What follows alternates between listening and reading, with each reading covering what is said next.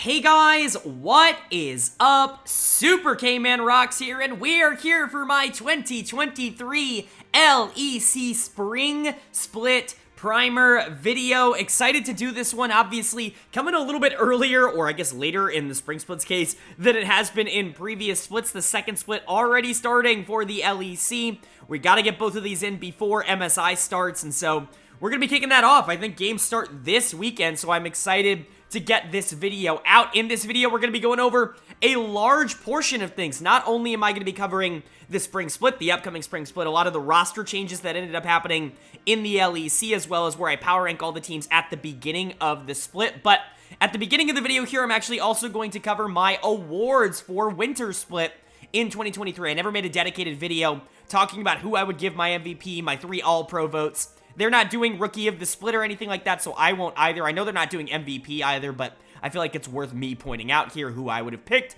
as my MVP of the particular split, and we'll get into all the specifics of that when we jump into it. But before we jump into the video, of course, let me know down in the comments section below what you guys think is going to be happening in the Spring Split in 2023. Some roster changes definitely shake up the landscape of the LEC. Obviously, the Winter Split not exactly going as planned in terms of preseason predictions, and so a lot can happen, a lot can change with the new split starting up. Let me know what you guys think is going to happen down in the comment section below, and of course, while you're down there, also let me know what you think of the video. Who's your MVP pick? Do you think I got anybody crazily wrong? Did I left anybody out of my All-Pro list that you guys would want to see? Of course, I'm always interested in you guys' feedback down there, but with all that being said, let's go ahead and jump into it. What we're going to be covering first in this video is going to be my Winter Split awards. We're going to close off Winter Split and then jump into Spring, talking about all of the teams. I'll be power ranking them down from 10 to 1, in my opinion, on my power rankings. So let's kick this off talking about my MVP pick for the 2023 LEC Winter Split. Now, there are quite a few people that I think you could consider for this position, but for me, my pick for MVP in the Winter Split goes to Photon, the top laner for Team Vitality. I talked about this a bit in a lot of the videos that we covered, obviously, on this channel. Covered every single game of the LEC in the Winter Split on this channel, and Photon consistently impressed me the most comparatively to the rest of his peers. I think that there were a lot of players in the league this year that played fantastic, that really dominated and pushed their team forward. Players like Niski and Exekit come to mind as honorable mentions here, but Photon at the #1 spot just felt like a no-brainer. He was so good for this Team Vitality team, and I know they didn't end up making it to top 4, but I should probably let you know, when it comes to the awards here that I'm giving out, I'm not including any of the final playoff stage, the actual top 4, the best of 5 stage. I'm not really including that.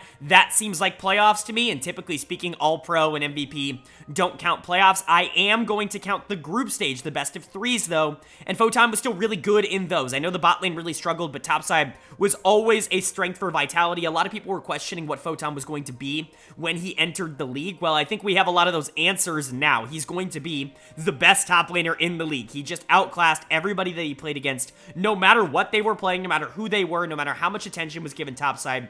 He just showed his utter dominance, I think more so than any other player in the league. He got the most amount of player of the series or player of the games on the channel throughout the the round robin and then the group stage here with 5. Nobody else in the LEC got more than that on my channel. Of course, the LEC gave him 4 player of the games, or 3 player of the games, and then a player of the series in the group stage, and so they also really liked him. That wasn't the most among players in the LEC, but it was for me.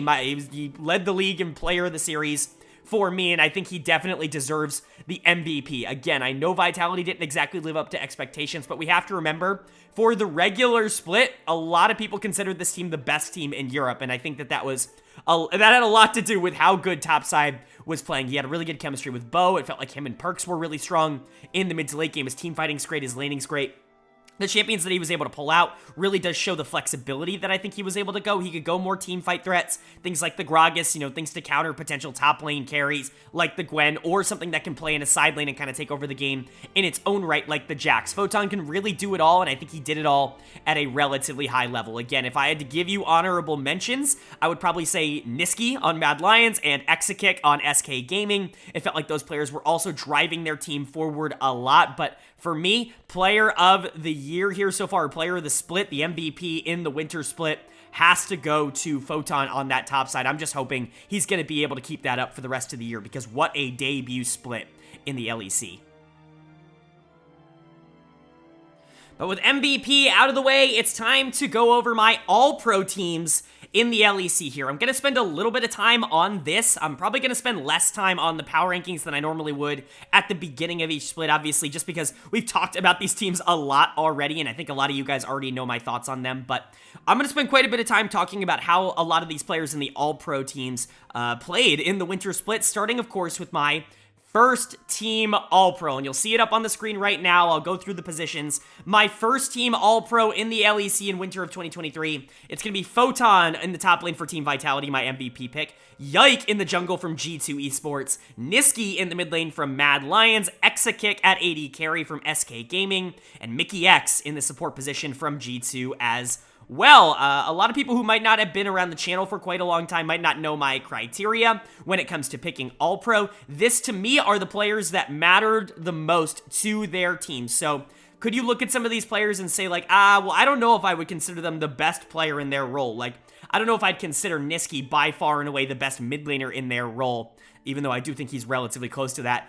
I can understand that, and, you know, we'll talk about my player rankings when we get into the power rankings, but this, to me, is a grouping, especially first team, of the players that mattered the most to their team, that pushed their team forward the most, that had the best splits, and to me, these are the 5 that I think represented that. We already talked quite a bit about Photon up in the top lane. He was just so much better than his competition. I think top lane was a relatively weak role, the weakest, in my opinion, in the LEC across winter split. But Photon was just so much better than everybody else. It was a no-brainer to put him on first team. I already talked about that in the MVP category. And then Yike in the jungle. I think some people are going to put quite a few different options here. I actually think jungle is by far the most open, the least, like, definitive. I think everybody else here, I didn't really have to think too much about putting them in my first team All-Pro, but Yike, I definitely, you know, I was on the fence a bit with some of the other players that we'll get to in the second and third teams, but Yike was really, really solid, especially when G2 needed him most in that group stage. He was really good, obviously, not taking playoffs into account, but he was really good in that as well. I just think Yike really adapted to the league very quickly. I think a lot of players, especially in the jungle position, had pretty volatile seasons and had some really good games, but also had some pretty bad games as well. I don't think Yike had those bad games. I think for the most part, he was the most consistent jungler in the entire league, and that's a big reason why he ends up here on first team. And then Niski in the mid lane. I think there's a real argument to be made that Niski is the most underrated player in the world. You just don't hear his name thrown out a lot anymore. This guy was the MVP of summer last year, and he was also fantastic in winter of this year, and I would argue that he was fantastic in a way that gave me more confidence in him as a player, because not only was he doing really well in a meta that I think played to his strengths, that shove and roam style that was super popular in 2022 with champions like Talia and Ari and Silas, but he was able to pick up some more carry-oriented threats, some damage-oriented threats in the mid lane, and the team showed that they could play around him in that same way. I think if it weren't for Photon, Niski very well might have been my MVP of the split. He really has been that good. Close to back-to-back is something that I don't think a lot of people are going to talk about when it comes to Niski, but he absolutely deserves to be in the conversation for best mid laner in the region, and you know, you can leave that up for debate. Obviously, we'll get to where I stand on that debate later on in the video, but just the way Niski has performed in recent years has proven to me that he is a top-tier mid laner in the LEC, and I don't expect that to change very much going into spring. Then Exakick at AD carry. What a debut split for Exakick. To me, this was a no-brainer. Exakick was the most influential and the most important AD carry to his team in the LEC. I know some people are going to want to see another player here, which we'll get to when we get to the second team, but Exakick, in my opinion, absolutely deserves the first team All-Pro selection. There just weren't a lot of players that were actively driving their team forward in the same way that a player like Exakick was over the course of the year. He very rarely lost lane, and he was a huge reason why that SK Gaming team was able to outperform pretty much all expectations. I don't want to take things away from the rest of the, the rest of the map for SK Gaming, but that bot lane was really what set them ahead, and it was a big reason why they were able to win some of those best of threes in the group stage that maybe they didn't have a right to win, namely over Team Vitality. Was that Exakick and DOS to a lesser extent, I would say, were just sensational. Some of the best players in the entire league. Exakick absolutely deserves this first team. And then Mickey X in the support role. Support is a difficult position to judge, but Mickey was not a difficult player to rank highly in this role. Obviously, I've been lower on Mickey over the past year or so. I thought his time on Excel was not particularly good. He lost a lot of games for that team last year, but it's really good to see him reunited on this G2 team with players like Caps and, you know, be able to kind of mold to the team really, really well. He was able to push forward that lane incredibly easily. He's still great on roamers, but he's gotten a lot better in the in-lane 2v2s. That was really what concerned me heading into the year, but that was certainly not a problem in this split. Overall, Mickey was just incredibly consistent and a lot of fun to watch, and I think you could say that's kind of just the case for first team in general. A lot of these players, hyper consistent, incredibly important to their team's success, and in my opinion, the most important players in their position in the LEC. But moving on to our second team All-Pro now, and it's definitely a little bit more interesting. It's up on the screen now. Let's go over it. Top to support, we've got Adam from BDS in the top lane. We've got Bo from Vitality in the jungle. Caps from G2 in the mid lane. Hansama also from G2 in the bot lane. And Trimby from Koi at support. Some interesting picks here. I don't think this is nearly as locked as the first team was. I felt pretty good about all my first team selections. A lot of these players are very volatile, and we kicked that off with Adam in the top lane, who is one of the more volatile ones of this entire group. I have to be entirely honest, Adam had some pretty bad games this split, especially when it came down to it in the best of threes. He certainly wasn't exactly pushing the team forward there, but I would say for pretty much the entirety of the round robin section of the winter split, he was one of the best top laners in the entire league, consistently winning lane, consistently pushing his team forward, doing a really good job in the mid game and in team fights of being able to actively help out his team, and quite frankly, with the weak role that is top lane right now in the LEC, that really stood out. There weren't a lot of other top laners in the league that were actually doing that. Adam was one of the few that I think was actually pushing his team forward. So I understand that maybe he didn't have the best of second half of the splits, but I still think that the first half of his split definitely warrants him being on the all-pro team here. His second team, I think, is pretty fair, I would say, especially talent-wise. He has the talent to be the best top laner in the region, but, you know, that inconsistency definitely plagued him towards the back half. And then, speaking of inconsistencies, I've got Bo in my second team All-Pro jungle. Now, at the beginning of the season, through the first week or two, I was like, Bo's going to be number one. He's going to be the MVP. It's not even close. The dude is dominating.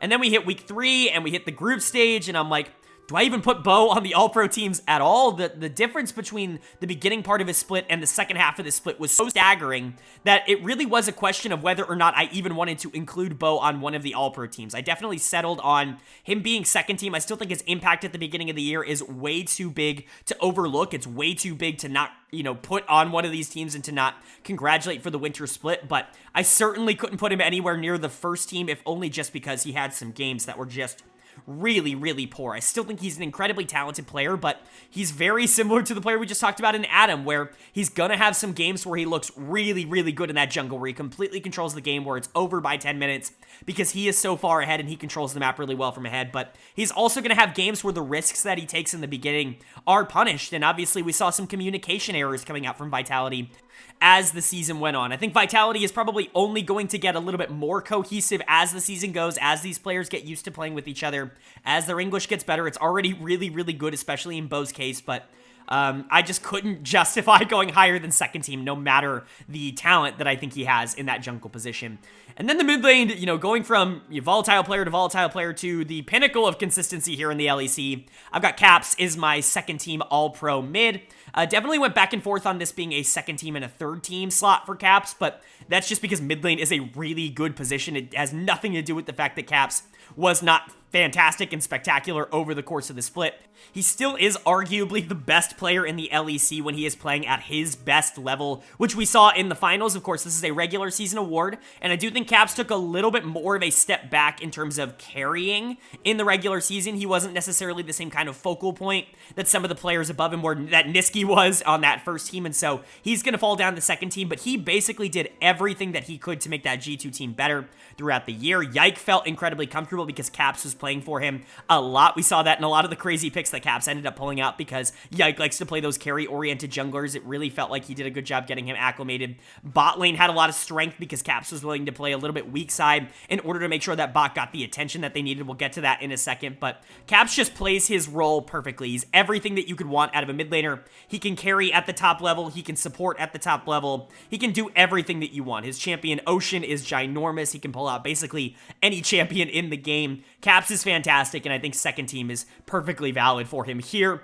I've got Hans Sama as my second team AD carry. I think Hans was really, really consistent, really, really good over the course of the season. I was a little bit lower on his impact on G2 than maybe some other people were, but at the very least, he was one of the better AD carries in the entire region, which is why he slots in here to second team. A lot of people, me included, were really curious how Hans was going to be able to rebound after what was objectively a really down year on Team Liquid in the LCS last year, but seeing him come over and seeing him play at such a good level, I would say, for this G2 team just fills you with so much confidence. He was a big reason why this team was so consistent throughout the group stage and why they obviously ended up winning the championship. That's not super factored in here, but Hans is still a really, really good player and definitely deserves second team.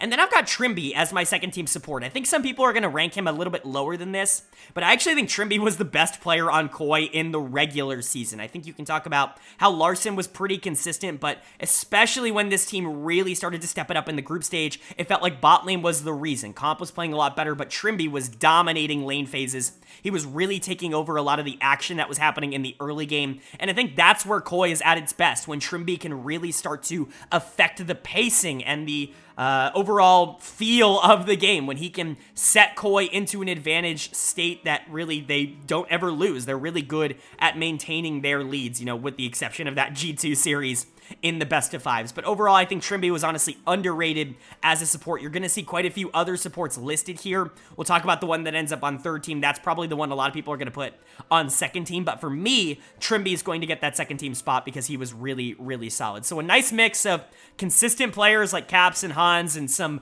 more volatile players like Adam, Bo, and Trimby here on the second team. But I think, you know, despite how they played the game or how they got here, I do think all of them deserve second team honors.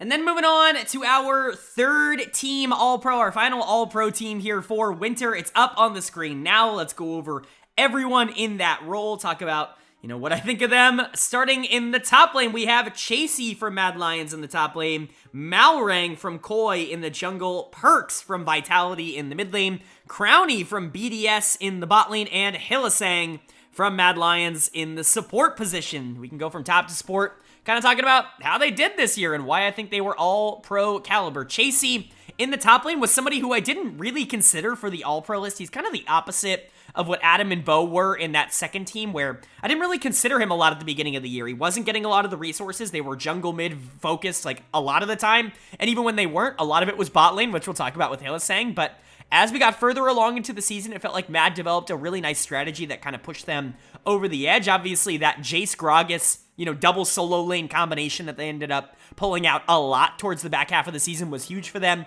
Chasey is a really good Jace player, and that was shown off this split. And I think once we got to that group stage, you can make a really solid argument that he simply was the most valuable and best player in that best of three group stage. And so he ends up with that performance, making it here onto the third team All-Pro. Not that it was incredibly difficult. The other players that I considered for top lane in the All-Pro positions just in general, really only the other player was Evie on Heretics. That was kind of in that conversation, but Chasey felt pretty locked for that third spot, especially with how he played in the best of threes.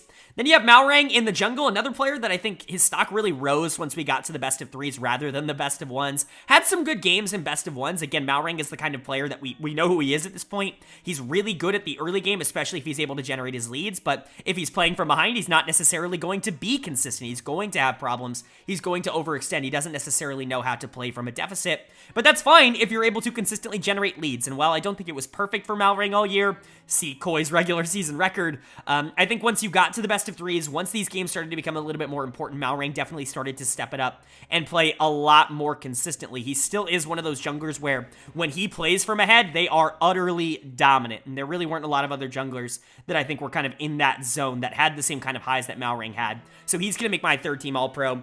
My third team All-Pro mid laner is Perks here. I think there's a really solid argument to be made that he is second team and not third team, although I do think that Vitality kind of stumbling down the stretch and him not playing particularly fantastic during that stretch definitely had an impact on me. Also, Caps was really good. It's hard for me to put Caps any lower than second team, so Perks ends up coming in here at third team, but all three of the top mid laners are really, really good, and I think that they are, in my opinion, clearly the three best mid laners in the region as of right now. I know that there are a lot of Humanoid and Larson fans out there, but for me, like, this is the top five. It's, or the top three, I should say, and Perks definitely deserves to be in that conversation. You still see a lot of hate, see a lot of Perks wash comments, and obviously people who watch the games know that that's just not the case. He's still an incredibly active player, especially towards the back half of games, and can really do a lot. His laning stats are phenomenal, some of the best in the entire league, and they have been for over a year now. He's just a really, really solid player, and one that definitely deserves All-Pro, even in a position that is as stacked as mid lane.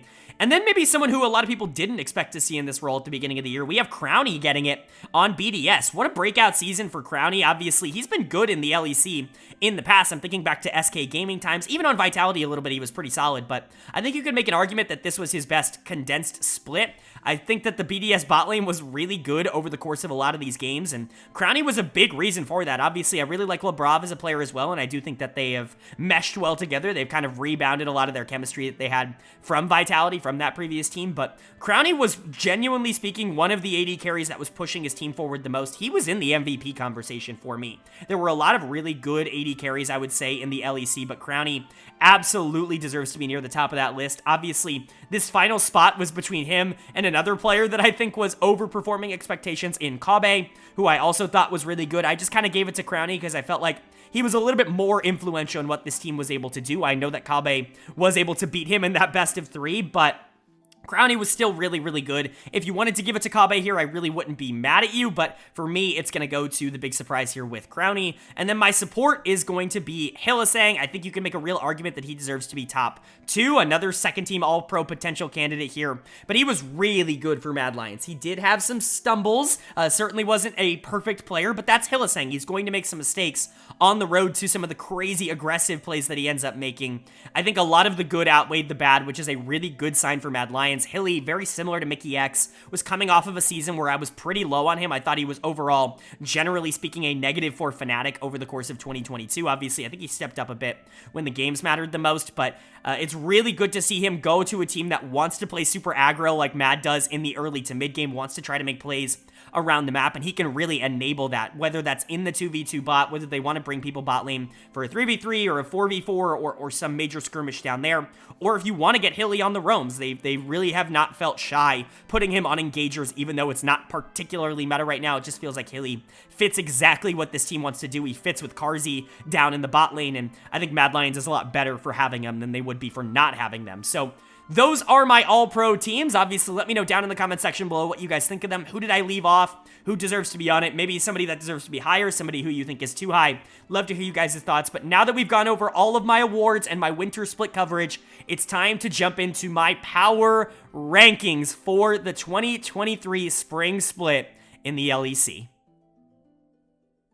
And get to them we shall, as we are now going to kick off my power ranking section of the video. If you guys haven't watched any of my power ranking videos before, it's going to be formatted very similarly to that. I might not go as in-depth with a lot of these teams because I already have covered them a lot this year, not only in my preseason predictions where I go over each player individually, but also, you know, I've covered every single game of the LEC. I've talked about these teams and these players quite a bit. This is more of just an update with some of the roster changes. I'm probably going to go a little bit more in-depth on the teams that actually did change rosters, but outside of that, just going to give my thoughts on where the team stands, whether I think they will improve or not improve from where they finished in winter, and just kind of give my overall thoughts on the players and the team. But let's go ahead and kick it off. Of course, we're going to go 10-1 just like I did in my preseason power rankings video.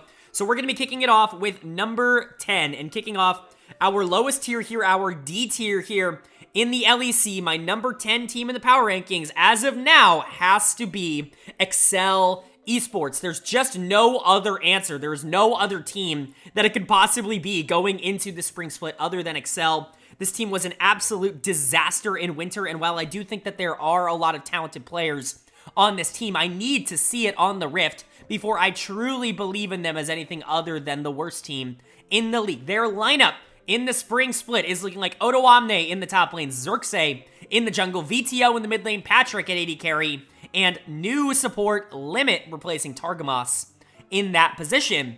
It's probably a good time to explain what you guys are seeing on your screen at the moment. Of course, you're going to be seeing all 5 players, but a number will be below all of them. That's going to be where I personally rank them within their position. Remember, just because a player has a higher number than another player does not mean that they are the better player. It just means that maybe that position is a little bit less strict at the top. Something like top lane is probably going to be a little bit different, right? Top lane's not exactly the most, I don't know, prestigious position in the LEC right now. There aren't a ton of players that I would consider world-class in the top lane, but mid lane, on the other hand, or AD carry, there are a lot of really good players at those positions, so perhaps maybe a lower-rated mid laner could be a better player than a higher-rated top laner, but, you know, just with how the positions work out, that ends up being how it is. Of course, next to that number, you're also going to see something, in this case, a lot of minuses and a new. That's going to be how those have changed from the preseason, the pre-winter player rankings that I did. I'm not going to go ahead and throw up their previous number. I'm just going to show you whether they've risen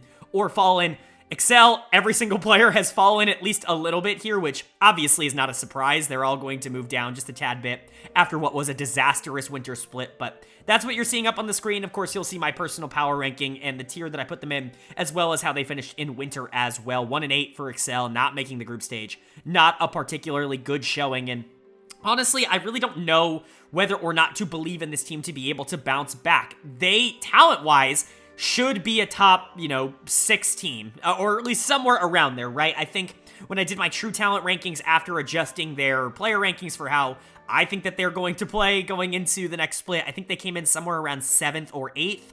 I think that's a pretty realistic goal for Excel, is somewhere around 7th place. I know obviously top 6 has to be the goal for an organization that, quite frankly, did try to go all in the offseason, bringing in a lot of players that I think really wanted to push them forward. I mean, Odoamne, VTO in particular, are 2 players that should not be playing for a team that is in the bottom 2. Excel cannot finish in the bottom 2 again. I mean, their players are solid. I still have Odo as high as number 3 in the top lane. He didn't have a particularly good split, but top lane's just one of those roles where I think if Odo can get back to even remotely what he was, in 2022, 2021, then he's going to be a top 3 top laner, or a top 2 top laner, potentially. Just the top of that top lane market, I guess, just is really thin.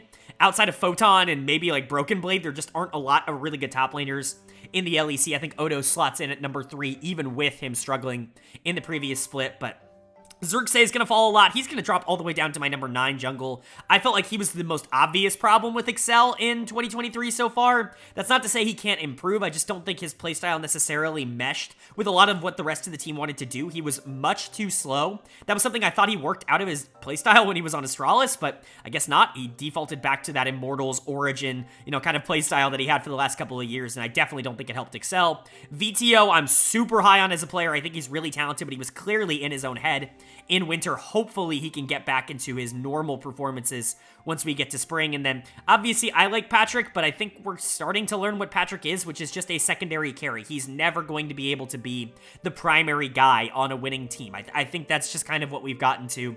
I still think he's a good AD carry, someone you can absolutely win with, but he can't be what the entire team is driving through like I think they really wanted him to be at the start of winter. But the new player that I want to talk about here is going to be Limit in the support position. He's going to be replacing Targamas. I think Targamas is more talented as a player. I think he's really good in the lane 2v2s. I think he can be explosive, but clearly what they wanted to do going for this swap is bring in a louder voice rather than a more talented player. You have talent on this team, right?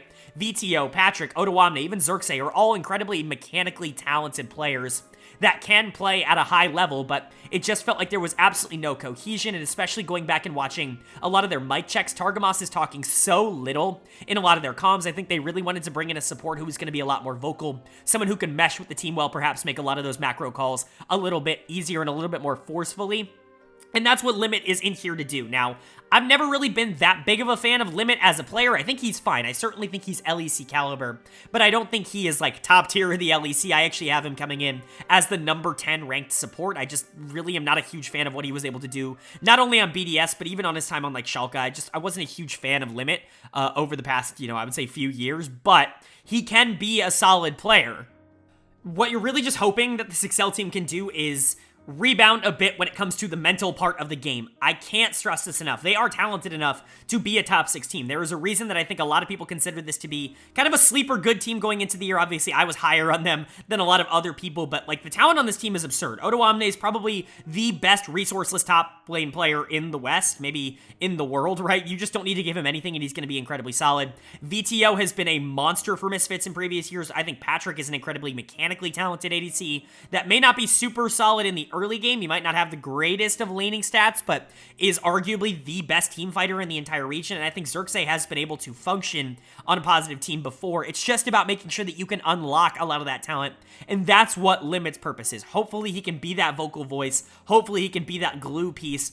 Obviously, this 10th place ranking is more so, I can't judge what he's going to be in terms of the shot calling and the macro. That's just not something that I'm going to be able to do. I don't hear comms. Obviously, we can hear the mic check like snippets that come out for Excel, but we're not going to be able to hear every single team fight for this team, so it's hard for me to rank them based on that. But if Limit comes in and is exactly what Excel is expecting, this team should be a lot better. It should be more cohesive, and they should have a game plan going into most weeks. Obviously, new coaching staff coming in as well could help out a lot. Just getting new voices, fresh voices into the conversation, I find oftentimes can be a big benefit. So even though Excel is sitting here at number 10, and they are going to start my power rankings in spring at number 10, this is a team that very realistically probably wants to finish at the very least in the top 7 or 8. Like, they don't want to be in the bottom 2. And I think realistically, this team absolutely could finish in the top 6. I think if I was going purely on talent, I would put them somewhere around the 7 mark. Somewhere in that range, but at least for now, until they prove it on the Rift, they're going to be considered the weakest team in the league.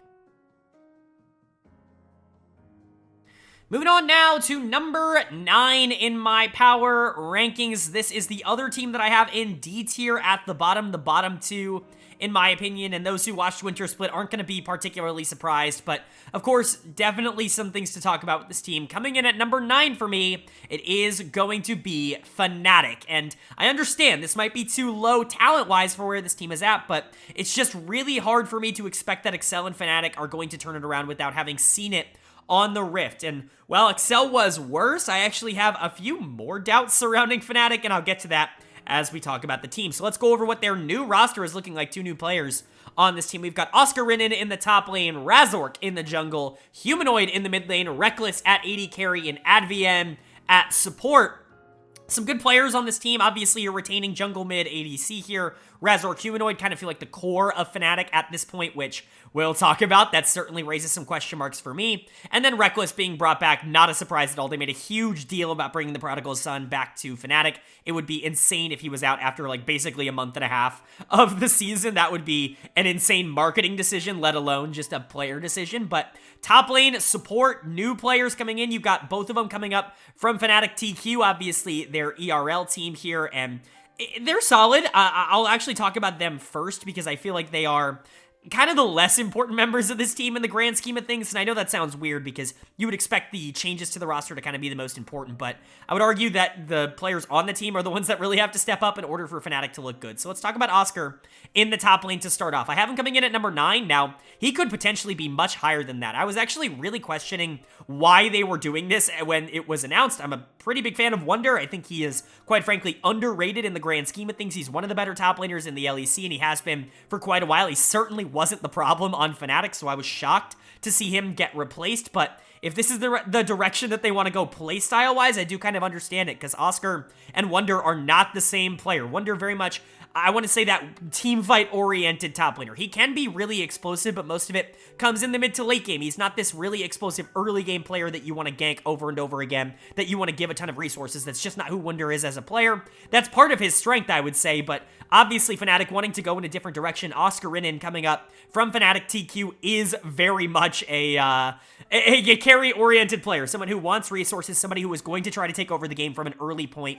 And I honestly understand why you might want to go in this direction. Yes, Razork and Humanoid are rather resource-heavy players, but you know who's not? Reckless down on the bot side, and usually speaking, it is smart to have either your top side or your bot side be a power side for you, so that the other side can feel more comfortable being weak side. Yes, jungle mid being strong can be a place that you can facilitate the rest of the roster through, but you need a backup plan, and you need that somewhere. With Wunder and with Reckless as your two, your top and your bot laner, I can see where Fnatic could look at that and say, we're just not getting enough strength, we're not getting enough early aggression coming from one of those lanes, and deciding to go with Oscar in the top lane. He's an incredibly talented player, one of the more talented ones that I got the chance to watch in the ERLs. He reminded me a lot of watching Adam over the course of last year, just being more talented than a lot of the top players he was playing against, but he had similar problems. Weird champion pool, and also over-aggression can get you in trouble, especially at a level that you haven't played at before. So it's going to be a little bit of a wait-and-see approach with Oscar Rinnan, but he is ridiculously talented, and there is a world in which this is an upgrade, and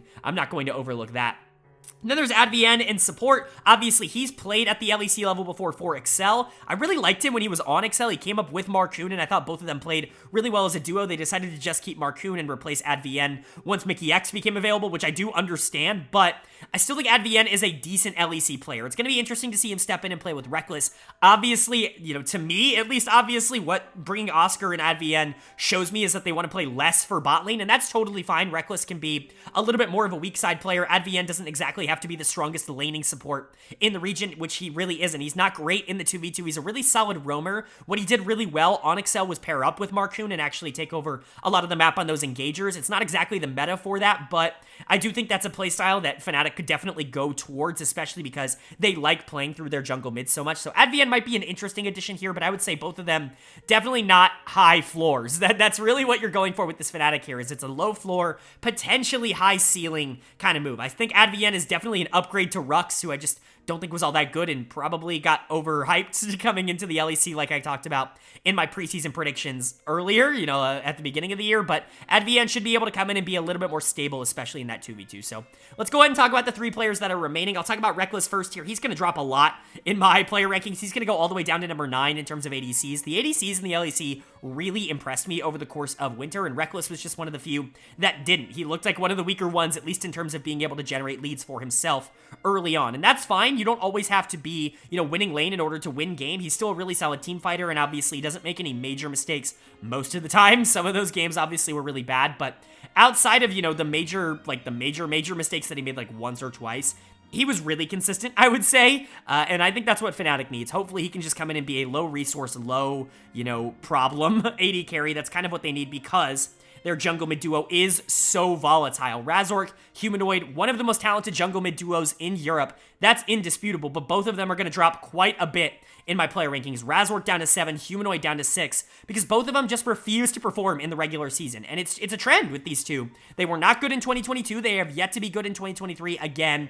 If they continue to play this feast or famine style where they're constantly putting Fnatic behind 2 or 3k gold by 10 minutes, this team is going to struggle to win. I talked about Oscar and Advienne and Reckless, all with the idea that clearly Fnatic wants to invest into these two as the core of the team, and that is just such a risky proposition. Yes, they are incredibly talented players, but they are incredibly talented players that I think very much have the potential to just not show up on any given day, and if you're relying on them to be able to push your team forward and to be the driving forces of your team, I mean, there could be weeks that go by where you're just not able to win games, and we kind of saw that in winter. So it's going to be interesting. I really do think a lot of Fnatic's success this split is going to be on Razork. It's going to be on Humanoid, and it's going to be interesting to see if those two can step up. Obviously, I'm hoping Oscar Rinnan can come in and be a positive in the top side, but I don't think he's going to be a superstar day one. Reckless and Advienne are very much probably going to take a more weak side role. I'm very interested to see how this jungle mid duo is going to perform, if they can finally turn it around in the regular season, because that really is the difference to me between Fnatic getting 9th and Fnatic getting like 7th. They come out actually in 9th in my true talent ranking, in my player ranking total, which is not very good. It's a team that, I really wouldn't be surprised if they continued to struggle. So hopefully they prove me wrong, but it's crazy enough. Fnatic is one of the teams I have the least confidence in going into Spring Split.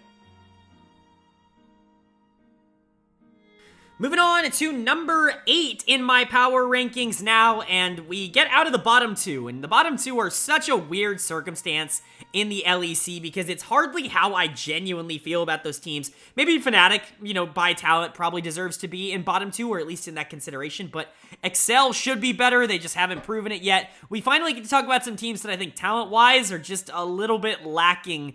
They have some upside maybe in terms of, I don't know, potentially hitting top 6, but these are the teams that I think are really going to be competing to make sure that they don't end up near the bottom of the standings when inevitably at least one of the 2 bottom teams gets better this split. Coming in at the bottom of C tier, that's my explanation for C tier if you need it, and coming in at the bottom of C tier at number 8 in my power rankings, it is going to be Team Heretics. They're coming in at number 8 here. I promise this is not just a recap of the standings from Winter 2023. I assure you there will be some differences, especially as we get higher up here, unfortunately. The first 3 teams are, 10, 9, 8 from Winter, and Heretics falls into that. They finished 8th in Winter. They're number 8 in my power rankings. They're number 8 in my true talent rankings as well, where I said Excel finished 7th, Fnatic finished 9th. Heretics comes in at number 8 in my true talent ranking, and I think a lot of that is carried by their top side, but let's go ahead and talk about what the positives and negatives of Heretics are and why I don't think that they're on pace to be a top 6 team as of right now. I do like the top side of the map for them. I still think Jankos is really, really good. He is one of the best junglers in EU. I have him down at number 4. I think realistically you could put him higher. If he was on G2 or if he was on, Vitality, I think he would look like a top 1 or 2 jungler in the region. It's just right now, I think he's going to look a little bit worse than that. At the very lowest, though, I'm putting him at number 4. Realistically speaking, he is still, talent-wise, the same person he was last year on G2. Still a very good jungler, much more supportive style, isn't going to be someone that's going to carry games, which is why I'm a little bit lower on Heretics. I'll get into that in a bit, but I'm worried about who on this team is going to carry their games, who's going to be the big damage threat, who's going to be the one that takes over in the team fights in the late game, because that's not really Jankos' role, and he is easily this team's best player. The other really good player on this team is Evie in the top lane. I actually was way underrating Evie going into the year. I thought he had a down 2022. I still stick by that. I think 2022 was probably his worst year in LJL history. His worst year, obviously not the worst year, but he wasn't unanimously the best top laner in the LJL like he had been over every other year in his career, but luckily that seems to be at least a little bit of an outlier. As he got back here on Heretics, played a ton of Cassante. I mean, every single game was Cassante, and he looked really good doing it. Obviously, that champion can be really good, but his team fighting in particular, his ability to be where he needed to be pretty much at all times was really impressive. There weren't a lot of top laners that were consistent in the same kind of way that Evie was consistent over the course of the year, but I think Evie was really solid. One of the top laners that really did impress me the most coming out of Winter Split. He was definitely in conversations for All-Pro. I don't think he necessarily had a ton of breakout games, but in terms of elevating Heretics to maybe beat some teams and be a little bit better than they should have been, Evie and Jankos were definitely the 2 driving forces of that, in my opinion, and they're definitely the 2 that I think are most likely to do it again, because I have both Ruby and Jack Spectra coming in at number 10 in their positions. I have Ruby as the last ranked mid laner. I have Jack as the last ranked AD carry, and I think both kind of showed that over the course of Winter. Now, there are a couple of players that I think could drop below that. Ruby might not be number 10. We'll talk about Astralis, but Leader might not be super good coming in. He certainly hasn't had the best past year or so. I feel a little bit more comfortable about ranking Jack at number 10, and I'll explain that in a bit, but Ruby had a good game in Winter. I'll talk about that. Their first game of the season, that first game of the year for Heretics was actually really good for Ruby. He got on the Kassadin, and he was able to take over the game in the late game. He did a good job biding his time in the early to mid game, and then eventually he was just allowed to pop off, and I was like, oh, maybe, underestimating Ruby wasn't a good idea, and then every other game that split, it was like, oh, never mind, he's not actually all that good. And so, unfortunately, he's going to come in at number 10. I think that there are a lot of solid, at the very least, mid laners in the region right now, and Ruby's just not one of them. He was definitely the weakest in terms of laning stats, and he was the weakest in terms of pressure across the league last year. He has the talent to be slightly better than this, but I don't think he's ever going to be above, 7th or 8th in the region in terms of mid laners. It's going to be a weakness for this team, as was bot lane over the course of last split. Jack Spectra was just the worst AD carry in the LEC. There really is no other way to put it. He had some good games. Again, I don't want to take it away from him. There were some performances coming out from him that I think were solid, especially if they hit a late game where they could survive the early game, but a big problem that this Heretics bot lane had was the failure to be able to even compete at all in the early 2v2. I know not This position isn't entirely predicated on winning lane. That's the point of AD carry, is that you want to scale and you want to be useful in the team fights. That's the point of the role. But you need to survive. And there were a lot of games where this Heretics bot lane got blasted early on. And a lot of that, in my opinion, was on Jack Spectra. It wasn't as much on Mursa. I still think Mursa's a pretty good player, but I do think a lot of his strengths have been taken away from him. He's a big roam player. He's someone who wants to get on the map and, make a lot of plays with engagers, and just not really the meta for that. Again, but on Jack Spectra's side, I just don't think his ability to lane early on is at the LEC level, and I think that was proven over the course of your split. Obviously, he's still a really nice prospect with a lot of upside. People had a really high grade on him coming out of the ERLs for a reason. It's because he's been very good for the last 2 years, basically, down in the ERLs, but that first split in the LEC wasn't exactly a great showing for him. He's going to need to improve on that in order to be more competent, I would say, going into the next part of the split. And like I said, I like Mursa. I don't think he's a superstar. I think he would look better if he had a better bot lane partner, but I don't necessarily think he's dominant. He's going to drop down to number 8 in terms of my support ranking. Someone who is LEC caliber. He showed that last year on Misfits, where I thought he was incredibly underrated and a very good player on that team. But I think, pairing him up with the weakest ADC, he's not exactly a great laner in and of itself. Like, he's just not going to be a particularly big factor in influencing whether or not that lane goes well or poorly. It's mostly going to be up to Jack on whether or not he can improve and kind of gain that confidence, get to the level that I think a lot of people wanted him to be at pre-season. But for Heretics, they're a solid team, just one that I'm really not all that excited about. I think talent-wise, they're just kind of meh. If they're going to win a lot of games, it's probably going to be through topside. Evie and Yankos are two incredibly solid LEC players, like players that are very good for this level, but the rest of the team just isn't going to live up to that in terms of talent unless they take some major advances. I would expect it a little bit more maybe out of Jack, because at the very least he has the pedigree, but I would argue that Jack was worse than Ruby in the regular season last year. Both of those players, though, having the two worst players in the carry roles in the LEC, it's going to be very hard to win games towards the back half of the year especially, and so I don't have a ton of high hopes for Heretics like some other people out there. I think they're just going to be a team that is all right probably for the rest of the year. Moving on now to number 7 in my power rankings, and it's a team that I think some people might be a little frustrated to see as low as they are, because they actually ended the last split on a relatively high note, but for me, they come right in the middle of C tier, and as the final team to not make top 6, not that top 6 really matters anymore, it's top 8 that matters. Coming in at number 7 for me, it is going to be Astralis. They come in at number 7, which honestly is still kind of high for me. I'll talk about this, but I don't have a lot of confidence that this team is going to live up to this number 7, but I gotta give them the respect that they deserve for how they played in winter. Their lineup in spring is with a change, and it's looking like Finn in the top lane, 113 in the jungle, Leader in the mid lane, Kabe at AD carry, and Jonghoon at support. Obviously, I really like this bot lane, but this top side is giving me major question marks, and you just gotta hope that mid lane is an upgrade, because it was a problem for this team last split. Let's go ahead and talk about it. Obviously, the strength of this team is still going to be bot lane. It was the strength of this team all split long, and I know what you're going to say. I'm going to try to jump ahead of the comment section here. Kabe is too low. Coming in at number 7, that does honestly feel disrespectful. He did not play like the 7th best AD carry in the region this past split. He was a top 4, top 5 at the very worst ADC in the LEC. I think coming in at number 7 is honestly disrespectful. I kind of agree with that, but if I'm being entirely honest with you, anybody from like 5 to 9 can be put in any order in AD carry. Like if you want to put him ahead of Crowny, if you want to put him ahead of Patrick, I know that's kind of the controversial one that I put him ahead of, that I put Kabe behind. If you want to put him ahead of any of those guys, I totally understand it. I think they are all very similar, not only in terms of talent level, but in terms of upside as well. I just had Kabe here. It just ended up working out that way, but Kabe's a really good player, and he's defied expectations on this Astralis team for 2 years in a row now. He's been really good for this team. Him and Jonghoon, and we'll get to Jonghoon, have been a fantastic duo together. They play off of each other really well. Kabe's much more of, I don't want to say a passive AD carry, because I think that undersells how aggressive he's willing to play if the circumstances are right, but Jonghoon's the aggressor, and Kabe's the follow-up, and I think that really works out here for Astralis. It puts them in a really strong position.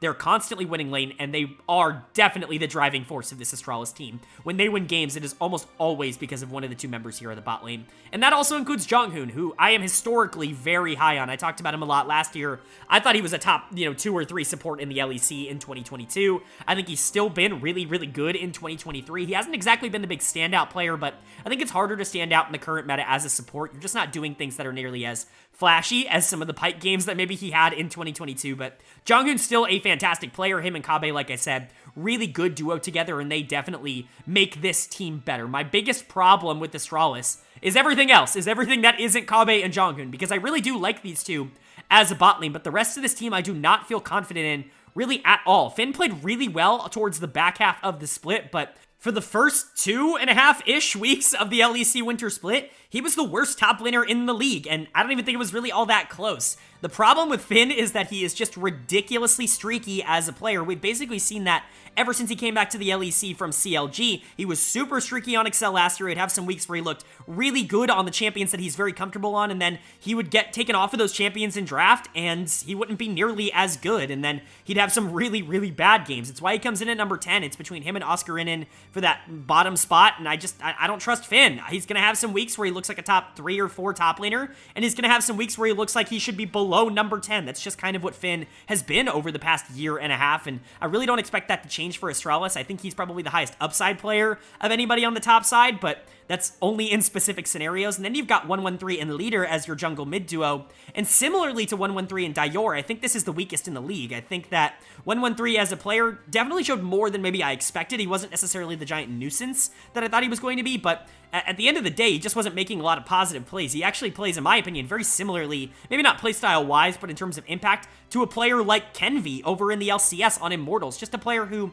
yes, he has upside, and yes, you can see the potential when he plays, but it's just not there. Like, he doesn't really put the game together in that kind of way, and that's going to contribute to a 10th place ranking. I don't think he was as bad as I was expecting, but my expectations were kind of in the gutter when it came to 113, and he was just kind of which I think is an upgrade, but at the very least, it's not enough to pull him out of the 10th place spot. The big change coming in for Astralis is Dior is out, Leader is in the mid lane. I don't really know how to feel about this change. Dior definitely needed to be replaced on this Astralis team. I talked about it for a while. He just was not ready for this role. He got called up way too soon as a player. He only played half a year as a pro, not only as like a major league pro, but like as a pro at all, like getting to play in tournaments, and then got called up to the LEC. That was just way too soon for him, and that showed basically in every game that he played from that point onwards. He was the worst mid laner in the LEC this year. And then Leader is going to come in to replace him, but the thing about Leader is he really hasn't looked good in quite a while either. Last time we saw him was on Golden Guardians Academy, where we all thought he was going to come in and really reinvigorate that team. He was a very average mid laner at the Academy level last year for Golden Guardians, and that's not exactly a ringing endorsement. I know obviously he's a very good solo queue player, and he's got a big following on Twitter, but I'm just not sold that this is going to be a massive upgrade for the team. I think it should be a little bit more consistency. I like Leader just a tad bit more than I like Dior as a player, but I certainly don't think it's a organization-changing move. And honestly, if it weren't for what Astralis showed me in the Winter Split, this team would not be ranked 7th. In true talent, in my true talent rankings, they come in at number 10. They come in last place in the league, and I think that's not out of the realm of possibility for Astralis to just regress back to the mean being the worst team in the league. But let's be honest, this bot lane is really good, and they can win games for this team. It's just about if they can do that consistently enough. Hopefully you can get somebody on the top side to be able to step up, to be able to make this team look a lot better. I do think they have potential to surprise teams, which is why they come in the top 7, but by that same vein, I would also be kind of surprised if this team genuinely was like a top 5, 6 team again in the LEC. I think teams should hopefully get a little bit more consistent, get a little bit better. And truthfully, at the end of the day, I wouldn't be surprised if this team fell all the way back down to bottom 2. Moving on to number 6 in my power rankings. Of course, top 6, not nearly as important as it is in some other regions, because top 8 make the group stage, and then top 4 make the final best of 5, basically playoff stage. And so top 6, not nearly the kind of breakpoint that it is for a lot of other regions around the world, but it's still a really nice figure to get here in the LEC. I will say before we jump into this, we're still in the C tier, but now that we're in 1 to 6, every single team left is going to be ranked in order of true talent. I know I talked about how like Excel is a little bit lower, like they're number 7 in true talent, but I have them at number 10 because, you know, whatever. Like, yeah, obviously I got to see it, and you know, a team like Astralis is number 10 for me in true talent, but they end up getting ranked at number 7 because they performed well. Everybody here on out is genuinely just how I feel about these teams. It's not really what they've shown me, it's what I'm projecting them to be into the future just a tad bit more, because I feel pretty confident in that. So moving on to number 6 here, starting off with the top 6, and the top of C tier for me, it is going to be Team BDS coming in at number 6. which is a pretty big upgrade. Let's be honest, this was a team that I had at number 10 to start the year, and now they're at number 6. They're a team that has genuinely been competitive with a lot of the other teams in the LEC, and it's a really good sight to see. Obviously, looking at all 5 members of the team here, they've all got plus arrows next to their name, and that's awesome. Let's go over their roster. It's the same as last split, but it's good to go over. You've got Adam in the top lane, Sheo in the jungle, Nuke in the mid lane, Crowny at AD carry, and Labrov at support. Let's go ahead and talk about the positives, the negatives, starting with Adam in the top lane. I really like Adam as a player. I know he's very volatile. I know he has his good games and he has his bad games, but I do think for the most part his good outweighed his bad in the regular season. There's a reason I had him as my second team All-Pro top laner in the LEC this past year. And it's because when he's playing at a good level, he can beat just about anybody in the region. There really aren't a lot of top lane players that can take over games like Adam can, and I think that's a huge asset. Now, obviously, he's going to get dropped down a tad bit from number 2 or number 3, purely because he can have some of those games that are just really bad and can lose his team a lot of pressure, and in some cases, lose his team the game very early on. But the risk is absolutely worth the reward with a player like Adam, and I think he's proven that quite definitively over the years at this point. I already talked about him quite a bit, so I don't need to go into him too much. Then you've got the jungle mid duo. Now, this is where I start to get a little contentious with BDS, because both of these players really outperformed my expectations in winter, and I'm going to slot them somewhere in the middle of where I projected them and where they ended up playing. They're both going to come in at number 8 in terms of their positions. Sheo and Nuke, I think, were both really solid. Nuke, in particular, I think, had a really underratedly good split in the mid lane, and Sheo definitely had some good moments as well, but I just don't know how much of that I can expect to translate into future performances. Nuke is someone who has really struggled to maintain ground in the LEC pretty much the entirety of his career, whether it's with Schalke, whether it's with BDS. He's never really been somebody who's been consistently great for a long period of time. And Sheo obviously was someone who I just wasn't super into when I was watching the ERL tape of him before this year. Now, both players were really solid and did show levels of improvement, but I'm kind of interested to see if they're going to hold up now that a lot of other jungle mid duos across the league are improving. Remember, jungle mid as a duo in the LEC was rather weak in winter, and I think it allowed players like Sheo and players like Nuke more of an opportunity to be able to play the game that they potentially wanted to play. You had Excel's jungle mid really underperforming, Fanatics playing really bad, Astralis had a really bad one. I think you could argue that, Heretics mid lane wasn't very good either, and so a lot of these bottom tier teams were really struggling to be able to play through that mid lane spot, and I could imagine that with some, natural regression coming out from this team and some progression from some of the other teams maybe getting used to it, I could see these two underperforming a tad bit more, but I do want to give them a good amount of credit. They both played way above expectations in the winter, and I'm hoping that they're able to keep it up, especially Sheo. I'm a little bit more worried about Nuke kind of regressing to the mean, but Sheo really does just feel like a generally good LEC jungler. Maybe not someone who's going to absolutely dominate games, but not someone who's going to throw them away either. And then you've got the bot lane here for BDS. You've got Crowny, you've got Labrov. Both of them are very good players, and these are the two players I'm buying into, I think, the most for BDS. I know they're not the highest ranked players, but remember, top lane a role that potentially you could get a little bit higher on by being a little bit more volatile. I feel like Crowny and Labrov are definitely the strength of this BDS team, and that was shown off a lot over the course of the last year. Crowny was really, really good enough to get in my All-Pro teams, and I don't think Labrov was super far out of that conversation either. Both of them obviously have really nice chemistry together. I was interested to see if that was going to retain from their time on Vitality, and it's really good to see that it does. I think Crowny as a player is someone who's been in and out of the league. He's had his ups, he's had his downs, but throughout all of that, he's always been incredibly talented. If you go back far enough on this channel, I'm not talking a year, maybe not even 2 years, but like 3 years ago on this channel, you can hear me gushing about how much I liked him as a player on SK Gaming, how I really thought he was the driving force, and how I was really disappointed with that team for feeling the need to replace him. I think at the time he didn't want to come back, but whatever the reason, it definitely felt like a negative for him not to be on SK, and then he goes to Vitality as an emergency replacement for Comp, who's just not playing well, and now he's on BDS, and he's looking really good doing it. I'm just glad to see Crowny playing well in the LEC again. He's a player that always had the potential to be one of the better ADCs in the entire region, and it really does feel like that potential is coming true right now. And then you've got Labrov, somebody who at points in his career has been a top 3 or 4 support in the LEC. I think, obviously a lot of people are going to look at the 2022 on Vitality. That Carzzy Labrov bot lane just did not work out, but Labrov before that was like one of the hottest prospects, especially at the support position in the entire region. It just felt like after 2022, people were really out on him, and it caused him to slip down to a team that maybe normally wouldn't get the quality of player that Labrov is. And I think that's really being shown off here. I think these two as a duo are definitely pushing BDS forward as an organization and making this team stronger. They have been able to accurately and consistently play through that bottom lane. And let's not get it twisted. They can also play through top lane as well, but they've really done a good job being able to play through these side lanes, getting someone ahead, and then those players have done a good job being able to translate a lot of those leads into victory. This team isn't going to overwhelm you with superstar talent, but you would be mistaken if you took them lightly. Adam, Crowny, Lebrov, genuinely very good LEC players. I'm high on Sheo, especially after what we saw. Nuke's a good player, and if he plays more like he did in Winter, this team genuinely could be a team that sneaks into the top 4. It really does feel like that is possible for BDS. I'm certainly not going to predict it. I would say C tier and below are teams that I would find it very surprising if they ended up making top 4. That means there's only 5 teams that I really would expect, but if there's any team that's going to break through from what I would consider that lower tier of teams, in my opinion, it is going to be BDS because of the sheer amount of talent that I think that they have that these other teams just don't.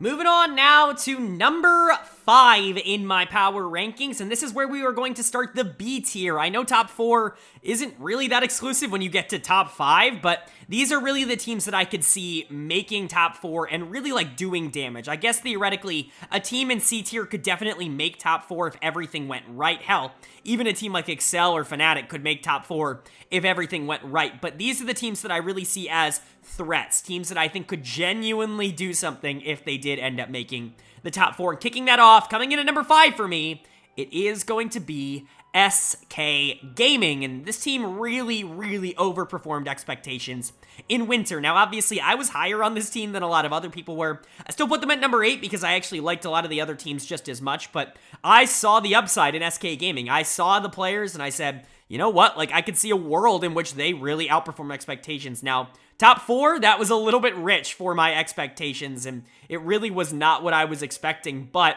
I mean, they did it. They went out and they did it, and really, I think they are the real deal. I know a lot of teams that have kind of shown up and maybe had a couple of good games, had a good split here and there, maybe aren't exactly like the same caliber. Like a team like BDS, right? I could see a reality where they kind of fall off a bit. I don't think SK is going to fall off. I think these players in particular are real, and a lot of that comes from my excitement for this bot lane. But let's go ahead and talk about it. Their lineup is looking like irrelevant in the top lane. Marcoon in the jungle, Certus in the mid lane, Exakick at AD carry, and Doss at support. You'll notice some minuses next to the upper members of this team, and I feel really bad doing that. Technically, they are going to be moving down my player rankings, even though I think both Irrelevant and Marcoon were really good this split.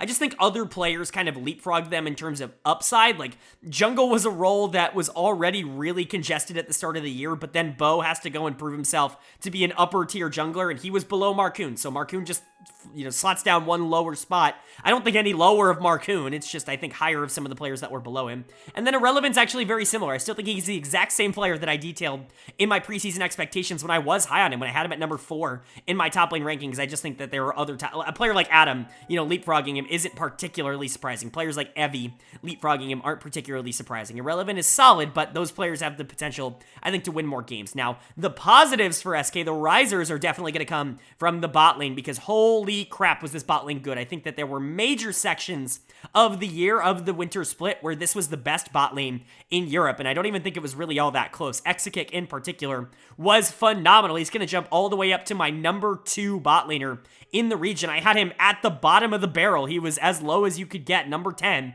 in my preseason power rankings. He way outperformed those expectations. He was awesome for SK, the driving member, and legitimately an MVP finalist for me. If he can continue playing at that level, and I really don't see any reason why he couldn't, because his mechanics are great, his aggressiveness is great, the team plays around him really well, I see no reason for him to regress, but if he continues to play like that, he's very quickly going to establish himself as one of the most important players in the LEC. For SK Gaming to have a player like that on their roster is absolutely huge. He is better than anyone else we have mentioned on any team up until this point. That's how highly I think of Exakick. And he gets to play with his support that he's played with for over a year now in Doss in the bot lane. Now, Doss in particular isn't like this standout mechanical player, and I don't want to, take away from what he's able to accomplish, because I still think he's a really solid support. support, but DOS's major contribution to this team is having fantastic synergy with their superstar bot laner in Exakick, and I think that's really the big positive to say here. I had DOS, again, as my number 10 bot laner, or my number 10 support coming into the year. I especially thought he was not going to hold up at the LEC level. That has not been true. He's been incredibly quality, and I think you could realistically put him higher on this list. I just worry about where DOS might end up landing if he wasn't on a team with Exakick, but luckily we don't have to learn about that. We don't even have to, imagine that thought, because both of them get to continue playing together on SK. Now, talking about the top side, we get to talk about Certus in the mid lane. I've always been high on Certus, which is why you'll see he hasn't moved any spots. He was really good in Winter, genuinely one of the better mid laners in the region. There were a lot of good ones, but he was hyper consistent, and mostly because he got to play a lot of the champions that he's really good at. He's the melee mid player of the LEC. He's the one who wants to get on the Akali. He's the one who wants to get on the LeBlanc. These assassins that, Yone even in that same vein, these assassins that a lot of mid laners around the world really like to play. That is Certus's bread and butter, and he got to really shine on a lot of them. But really, I think he did take a step up on the consistency when it comes to playing those champions that maybe aren't in that bubble. Picks like Azir that are pretty much always going to be meta. He did a really good job being able to adapt to those as well. I still like Certus a lot as a player, but I was high on him going into the year, so all he really did for me was confirm my thoughts on him. And then you got the top side, like I already said, Irrelevant, Marcoon, really solid players that just unfortunately had some players below them in the player rankings jump them. But Marcoon is someone who I've always been high on. I thought he was the single best player on Excel in 2022, that team that really overperformed. That definitely tracked when he went to SK. He had some fantastic games. I still love watching him play that Wukong. He plays it at a different level than a lot of the other LEC junglers. Really, really good stuff from him. And then Irrelevant is just everything you want out of a weak side top laner. He very rarely loses, but he has the potential to win, and generally speaking has good lane stats, and then he's one of the best top lane team fighters in the entire region. He's just exactly what you want out of that standard, put him up there, kind of ignore him for a bit, play to Exakick, play to Certus, get them ahead, and then he's going to be great at enabling a lot of those players in the late game. I think SK is built really, really well by some really smart people, and there is a real potential for them not only to just make top 4, because they already did that in Winter, but for them to actually be able to contend with some other teams. I had them as the 3rd best team in Winter Split. I thought they were really scary up until Mad Lions kind of proved me wrong on that one, but SK Gaming is talented enough to be better, I think, than a lot of the teams below them, and better even than some of the teams above them. If some things click, if Exakick really becomes that number 1 ADC, that MVP level player, I could definitely see this team breaking into potentially even the top 2, top 3. They really do have that kind of upside, and it's really good to see. I'm just a little bit hesitant on pulling the trigger on that right now. For me, they are the best team to land just outside of the top 4.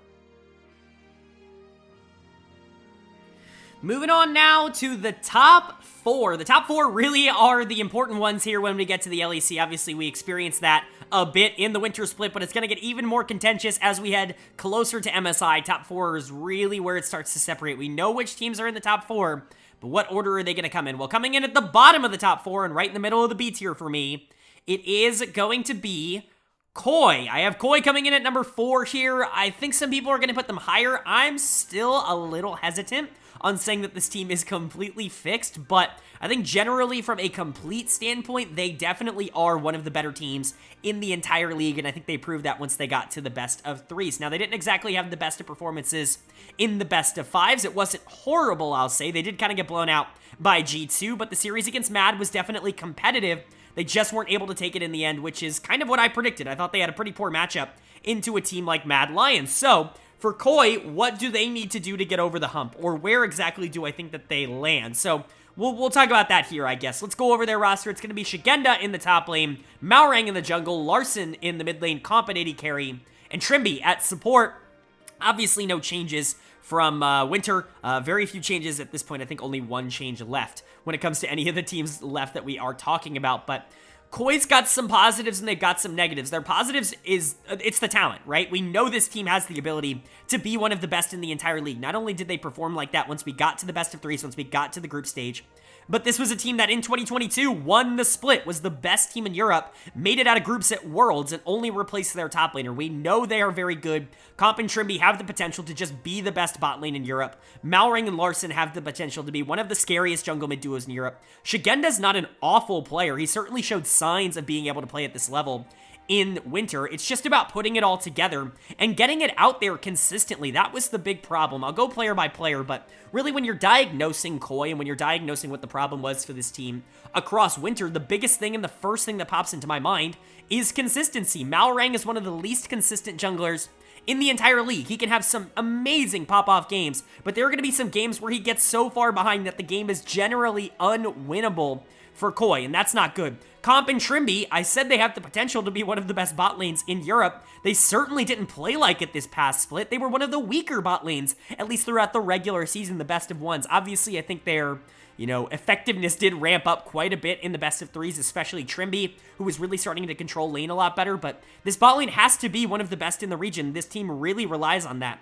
And then Larson, while he's solid, I think he proved me right. I hate to say that. I wanted him to prove me wrong, and I said that in my preseason predictions, but I think he proved me right in the fact that he's just a good mid laner. He's not someone who you can rely on to be able to consistently win you games at the highest level. He's going to be someone that makes your team better because he allows everybody else to get their shit in, right? To, get their resources, and he doesn't really need those. He can, divert them elsewhere on the map, but if he's the one player on your team that is really stepping up and playing at a high level, you're just not going to consistently be able to win a lot of games. And I wanted to be wrong about that. I really did. But that was the case in the regular season when Larson was really the only one performing. So let's go ahead and talk about Koi. Shigenda in the top lane, I feel like gets way too much shit from the community. I think he's a solid top laner. Maybe not one of the best in the region. I have him at number 8. That's one spot up from where he started the season in, but he's fine. Like, there are players that are way worse than Shigenda and bigger problems than Shigenda. He was very rarely the main issue for Koi. I know he's going to get a lot of the flack for that because,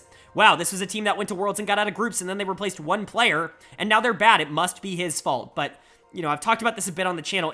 I don't know how it can be Shigenda's fault that Comp is losing the 2v2 so bad that they're down 30 CS and they have no pressure on the bot side of the map with no jungle intervention, mind you. Like, no, absolutely none. Like, I don't understand how that's Shigenda's fault, but, he'll get a lot of the blame anyways. I think he's solid. He's not a superstar, but you could have worse up on the top side. I already talked a bit about Malrang and Larson. They're kind of polar opposites. Larson, the pinnacle of consistency. You know what you're going to get in every single game. He's going to be a very solid player. Maybe not one that's going to take over and dominate the league, but someone who you're really happy to have because he gives, your jungler and your bot lane a lot of opportunities to be able to show off. And that's what Malrang wants to do. He wants to show off and he wants to take over a game. He is a very feast or famine jungler. We've talked about that for years, and honestly, nothing changed over the course of 2023. He had some games where he won it in the first 4 minutes of the game. He was able to generate such a large lead with some really aggressive pathing, skipping camps, going to lanes. That's kind of the meta right now, and Malrang, I think, executed on that really well, especially once we got to the best of threes. But there were also performances where it's 6 minutes in the game, Malrang is down a kill because his gank didn't go well, and now he's also down 20 CS because he skipped everything to make it happen, and the game is over. Like, the other jungler has so many tools at their disposal that they're going to have a macro lead for the rest of the game. That's Malrang, and sometimes it's going to work, sometimes it's not. I think for the most part, it's still a positive for Koi, but it's not exactly the pinnacle of consistency. And then you've got Comp and Trimby in the bot lane. Again, I want to keep this short because I talked about them so much over the course of the split, but if they can get on the right track, if they can get back to being one of the best bot lanes in the LEC, all of the analysis that I just said about the rest of this team kind of goes away, right? Malrang's going to have some good plays and some bad plays, but you can rely on Comp for some mid-game pressure. Larson's going to be consistent. He's not really going to be able to take over games. That's fine because Comp is going to be able to take over games. If you get this bot lane rolling, all of the other problems on this team really do just kind of vanish, and I really do think that that is what Koi's going to want to do. Now, that's not to say that they're the only problem. I'm not going to pretend that the other players don't need to step up and that it's just Comp and Trimby's fault. But a lot of problems on this team are going to be solved if bot lane gets back to the level that they were in 2022. Comp's going to drop down to number 4 in my rankings. Trimby's going to stay at number 2 because I actually think Trimby was really good, especially towards the back half of the split. But Comp's mechanics and his positioning in particular in the mid game in these skirmishes just has to step up. He's been way too over aggressive, and he's getting punished a lot for it in an AD carry class in 2023 that is significantly better than anything we had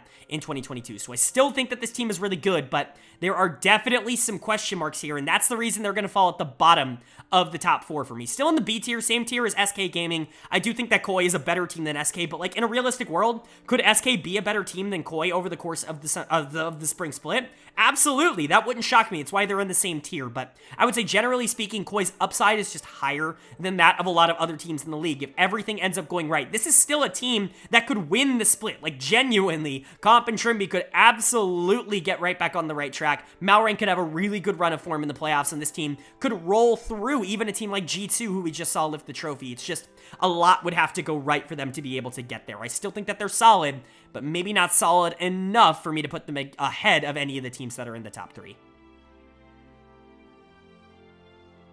Moving on to number 3 in my power rankings now. We're really getting into the top teams here. These are the teams that really are contenders to win the entire split. I think that obviously, the teams that are really at the top 1 and 2 are the big threats, but coming in at the top of B tier and in number 3 in my power rankings, I have Mad Lions. They just made the finals. They weren't quite able to do it in that series against G2.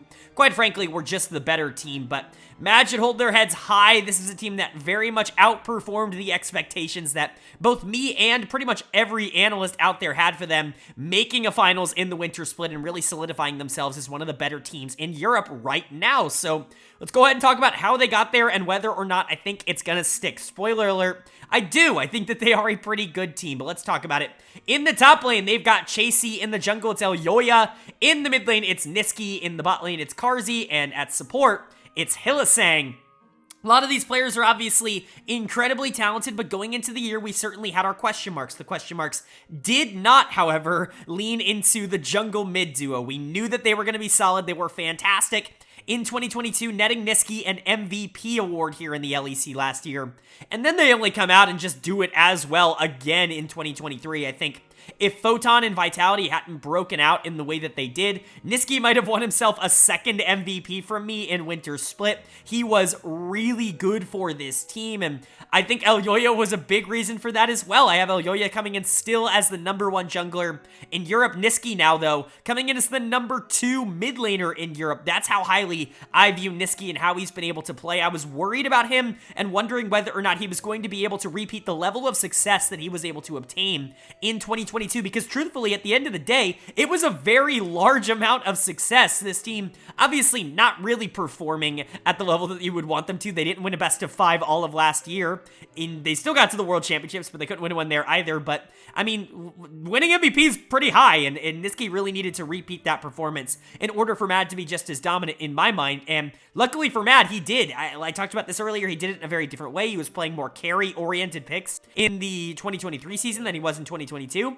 And that, for me, solidified his spot as one of the best players in the entire region, regardless of playstyle. Elyoya, the previous carry for this team, someone that they would put on a lot of those more aggressive picks and have Niski kind of roaming to assist him and get him into that late game. Those roles flip-flopped, and that honestly just increased my interest and my confidence in both of these players over the course of the split. So Elyoya and Niski, not problems at all. Huge, huge positives for this Mad Lions team. Definitely the core, the heartbeat, the vein that Mad Lions runs through is Elyoya and Niski, but it was always going to be the rest of the team and whether or not they were able to keep up. Now, the big positives come from the fact that I think a lot of those players ended up proving me wrong and proving a lot of other analysts wrong. We'll start with Chasey in the top lane. He got an All-Pro nod for me, the third team All-Pro. A lot of that was his run in the best of 3s. Obviously, he was pretty solid in the best of 5s as well up until finals, but Chasey was a player that I really was not that high on coming into the year. I had him as the last ranked top laner, and while I'm not skyrocketing him up the list, he's not in the top 3 or top 4 or anything like that.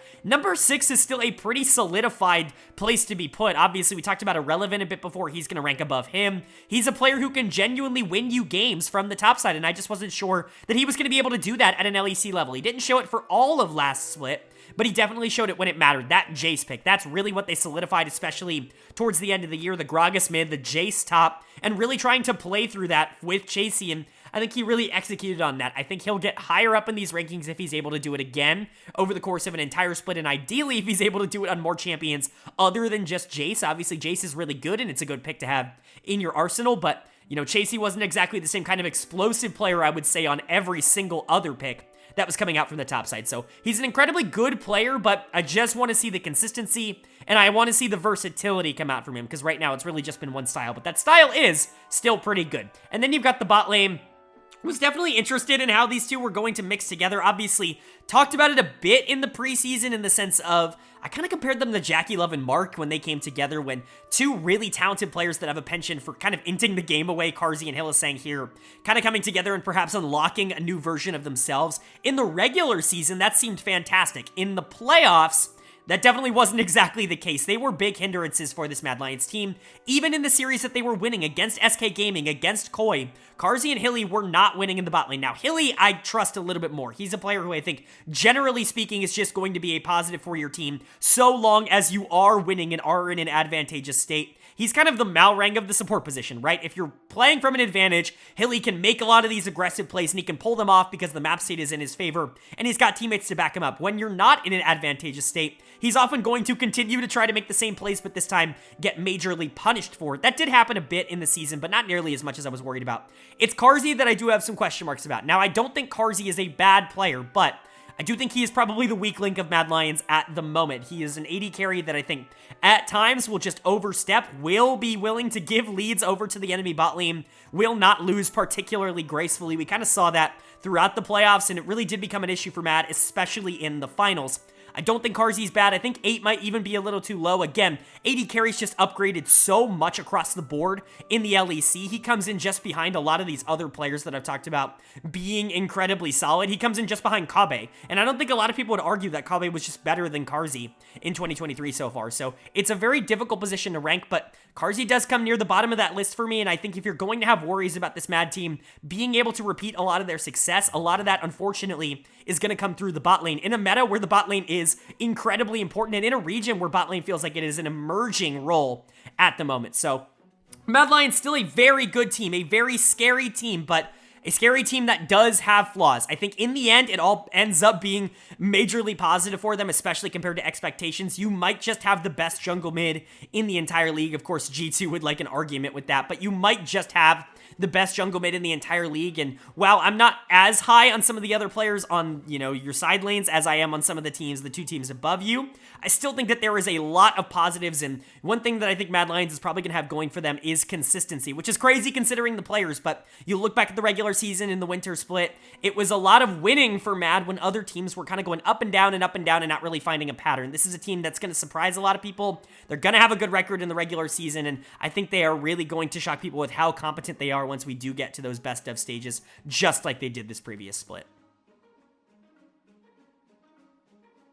That's going to bring us to our final 2 teams to talk about in this video, the top 2 teams. And where do I stand on one? Where do I stand on the other? Who's going to end up being number 1? Who's going to end up being number 2? Well, these are my 2 teams in the A tier. These have got to be the 2 favorites, in my opinion, to win the spring split. And I'll go over them, obviously, in order, second and then first. But I'll have you know that, honestly, these 2 teams, on paper, are not super far away from each other. But jumping up to number 2 here and, really, really making some waves this small offseason, I guess you could say, I've got Team Vitality. They jump up from 5th place, first place in the regular season, but not being able to make it out of the group stage, not making it out of the best of 3s, jumping all the way up to number 2 and into the A tier with a little switch of AD carry. And I'll talk about why I think it's a big change for them, potentially positively, but also potentially negatively.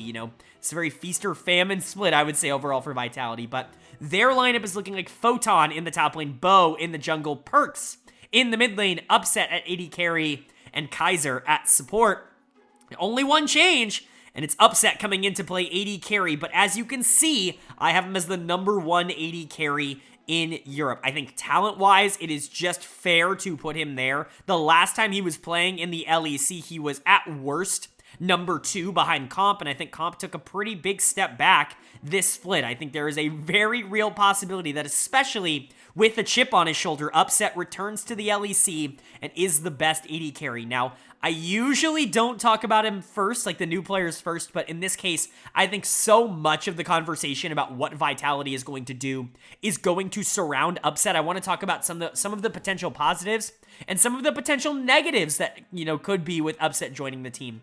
The positives are obvious. He is probably the most talented marksman player in the entire region. There just aren't a lot of players out there who have the same level of mechanical skill, both in and out of lane, that a player like Upset has. The ability to dominate early in games and the ability to dominate later in games. Just the flexibility to play whatever you want, to play strong side, to play weak side. He can do it all, and he showed that not only on Fnatic, but on a lot of his teams in the past. This is somebody who has been a highly touted player mechanically for a very long time. Now, that hasn't always attributed to winning games, and that's been shown off over the last few years, obviously. The years on Fnatic were okay. He ended up making Worlds both times, but obviously, you know, a lot of people can point to maybe their underperformances in 2022 and maybe can look at upset as the problem. Obviously, that was not my analysis of the situation. You can go back and watch all of that from last year, but you know, there are question marks about his ability to be that mechanical carry on a level such as this. Those are the concerns that I just don't have. I think if you do end up wanting to give him resources, wanting to invest in him, letting him be the one that can take over games, I absolutely do think that he can do that at a very high level here in the LEC. Those are the positives. That's just something that Neon is not capable of doing, but I tweeted this out, and I want to make this a quick statement. First of all, go follow me on Twitter, because you'll see stuff like this all the time. A lot of my opinions are over on Twitter. I'm trying to keep them as much out of the videos as I can, but I think this is a relevant one to bring it up here. I feel really bad for Neon as a player. He's obviously getting replaced as the ADC here. What I said on Twitter was it really felt like Neon got overhyped going into 2023, got put on a super team, and was given expectations that, quite frankly, he just had never proven that he was going to be able to live up to in terms of the kind of player that he was. Ended up performing as I think a lot of us expected him to, or at least pretty much exactly to my analysis of what Neon is as a player. And then because he wasn't what people overvalued him as, he's probably never going to get a spot on another top LEC team ever again. I feel like that sucks. It is super unfortunate, but it is what it is. Neon is a bad early game player that is fantastic at late game team fighting. Very similar player to Patrick, in my opinion. That's not what Vitality needed, though. They needed somebody who was going to be able to survive on the weak side in the 2v2. That's not Neon, and unfortunately, because he was given that moniker, he ended up losing his spot on this team. But for Upset, he should be significantly better at that portion of the game, assuming that he meshes well with Kaiser. Now, the negatives that come along with Upset, and I know I'm dragging a lot on him, but the rest of the team feels pretty locked in, and I'll get to that in a bit. The negatives that come along with Upset, you have a lot of power players on this team. I'm just going to be entirely honest.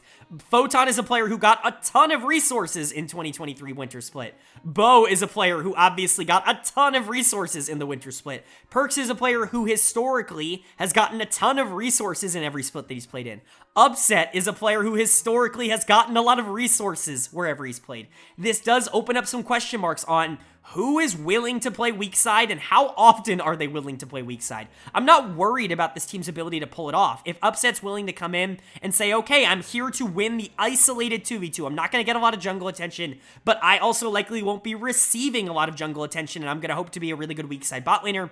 That's great. If maybe Upset coming in leans into you playing less around top lane, that's where I can get a little bit concerned, because Photon was a huge part of what made this Team Vitality team incredibly dangerous over the course of the regular season, because he was so much better than the teams he was playing against. I still think that there is a way they can work this out, but playstyle-wise, it absolutely raises some question marks and raises some concerns. I can definitely see a world in which multiple players on this team underperform because of that playstyle difference. But if things do end up working out, this is going to be an absolute home run and a huge mechanical upgrade for this team. Let's quickly talk about the rest of the team.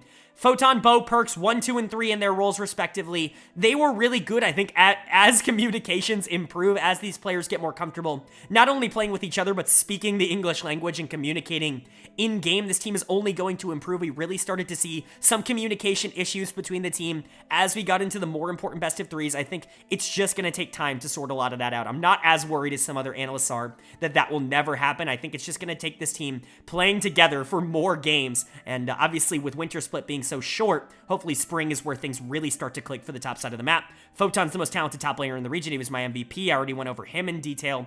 Bo is maybe the most talented player in the entire league. When he wins harder than anyone, but when he loses, he can really lose you games. If you can get a lot of the good that you got earlier on in the season from him and Vitality, that's going to be a positive. I love Perks. Anybody who follows the channel knows I'm one of the biggest Perks fans left. I think he's still one of the best mid laners in the entire world, and he still is underrated by most of the community. And then Kaiser. He didn't exactly have the most dominant split of all time, mostly because this bot lane was perma on weak side duty, but I think pairing him up with someone like Upset and, hopefully getting out of this Enchanter meta that obviously doesn't help him will ideally get him on track to being a little bit better. I still think that he might struggle, especially early on in the split, but really my only concerns for this team are not the talent, It's just the play style. If they can figure out how to play together and how to allocate those resources to make sure everyone's happy, this team absolutely should be at the very worst top 2.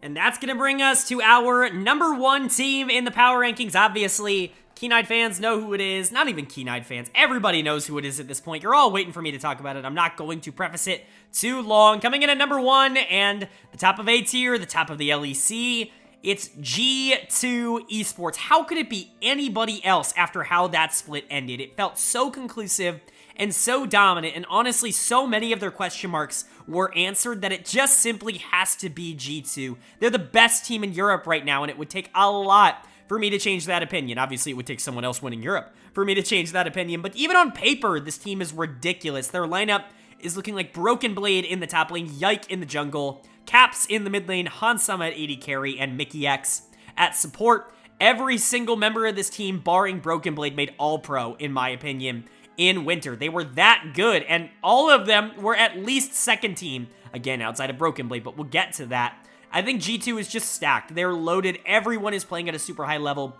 Even the players that were really struggling last year have really bounced back and been solid. I felt pretty confident about the solo lane duo, about BB, and about Caps. Obviously, Caps is fantastic.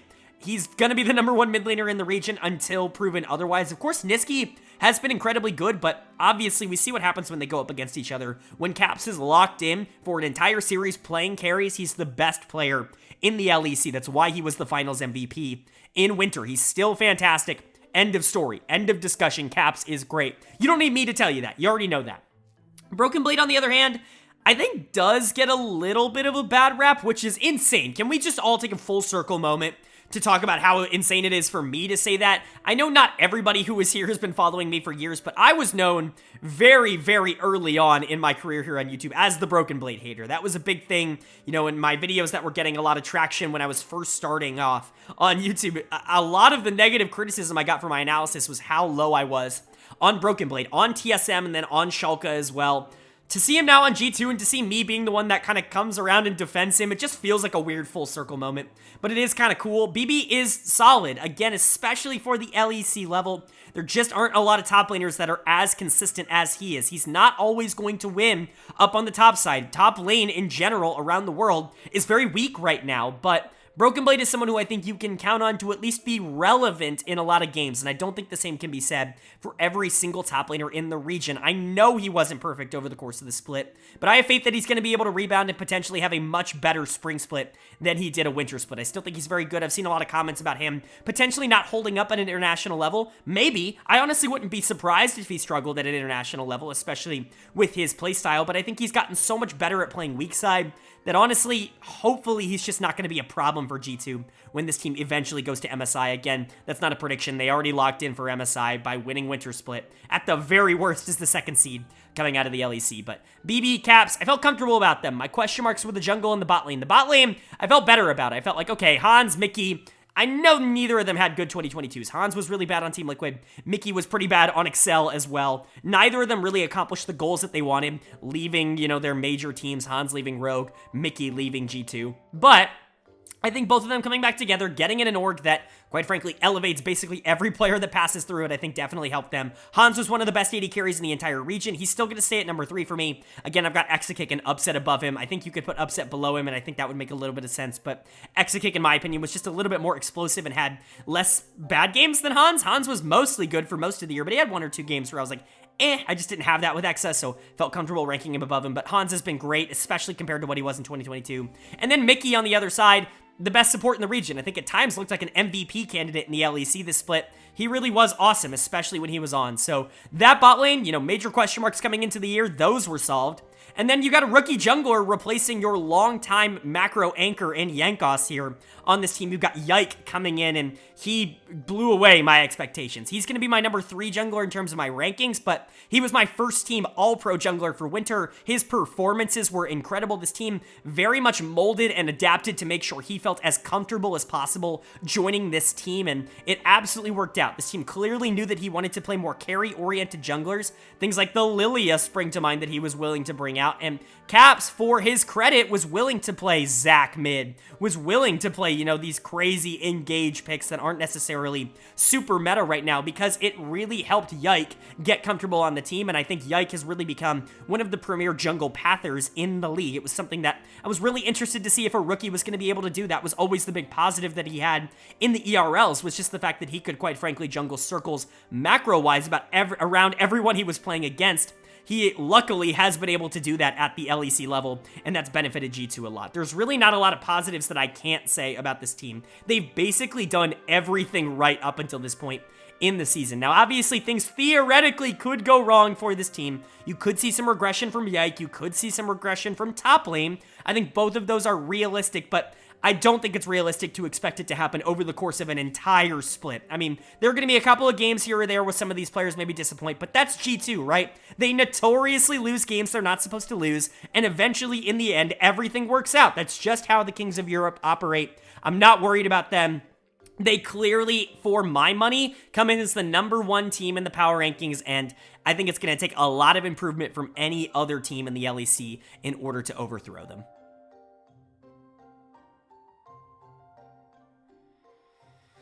All right, that is going to do it for my LEC Spring Split Primer video. Hope you guys enjoyed. If you did, let me know down in the comment section below. Who am I too high on? Who am I too low on? That can be team, that can be player. Who did you like in the All-Pros? Who did you not like in the All-Pros? You know I love to hear you guys' thoughts and feedback down in the comment section below. Of course, let me know in a civilized manner. You guys are usually pretty good at that, but this is a discussion. Obviously, all of this is an opinion, and yours is as well, and so we can discuss it, you know, like adults, like, nice opinions. I know I don't have to tell you guys. You guys have actually been really good about that. You're not Reddit, and I really appreciate that about you, but I do hope you guys enjoyed. If you did, leave a like. It really does mean a lot for the channel. Not only does it let me know you guys are enjoying the kind of content that I'm putting out and the opinions that I'm putting out, but it also helps get this video out to a lot more people. We put a lot of time and effort, especially into videos like this. I watch every single game across every major region, and so if you guys are enjoying it, it really would mean a lot to me for you to hit the like, hit subscribe, you know, get people involved. It really does mean a lot. You guys are fantastic as an audience, and I really do appreciate you. The comments, the likes, everything has always been super good with you guys, and so I'm very appreciative, and I hope you guys are excited for the spring split. But with all that being said, I hope you all are having a great day. I hope you continue to have a great day, and I will see you all later.